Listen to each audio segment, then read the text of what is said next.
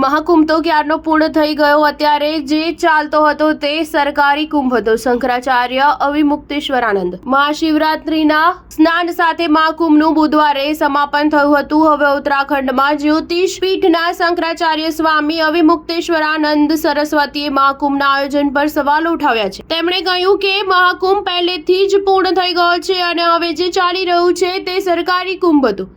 નોંધનીય છે કે અગાઉ પણ સ્વચ્છતાના મુદ્દે મહાકુંભની તૈયારીઓ પર સવાલો ઉભા થયા છે. મીડિયા સાથે વાતચીતમાં શંકરાચાર્ય સ્વામી અવિમુક્તેશ્વરાનંદ સરસ્વતીએ જણાવ્યું હતું કે મહાકુંભ પૂર્ણિમાના દિવસે પૂર્ણ થઈ ગયો છે.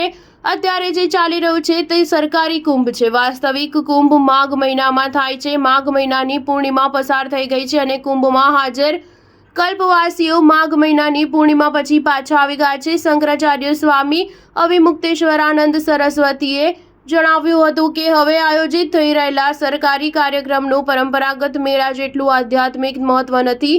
આ સમય દરમિયાન તેમણે ગૌ હત્યા વિરુદ્ધ આંદોલન માટે 17 માર્ચની તારીખ નક્કી કરી છે. તેમણે જણાવ્યું હતું કે અમે બધા રાજકીય પક્ષોને એક સાથે આવવા અને કહેવા કહ્યું છે કે તેઓ ગૌ હત્યા બંધ કરવા માંગે છે કે પછી સ્વતંત્રતા પછીથી ચાલતી આવતી જેમ ચાલુ રાખવા માંગે છે. અમે તેમને નિર્ણય લેવા માટે 17મી માર્ચ સુધીનો સમય આપ્યો છે. 45 દિવસ ચાલેલા મહાકુંભનું સમાપન થયું છે. 13મી જાન્યુઆરીથી શરૂ થયેલા મેળામાં 66.30 કરોડ શ્રદ્ધાળુઓએ ગંગા અને સંગમમાં ડૂબકી લગાવી હતી. મેળા પ્રશાસન દ્વારા જાહેર કરાયેલા આંકડા મુજબ બુધવારે રાત્રે 8 વાગ્યા સુધીમાં 1.53 કરોડથી વધુ શ્રદ્ધાળુઓએ સંગમમાં ડૂબકી લગાવી હતી અને 13મી જાન્યુઆરીથી બુધવારે રાત્રે 8 વાગ્યા સુધી ડૂબકી લગાવનાર લોકોની સંખ્યા 66.30 કરોડ સુધી પહોંચી ગઈ હતી.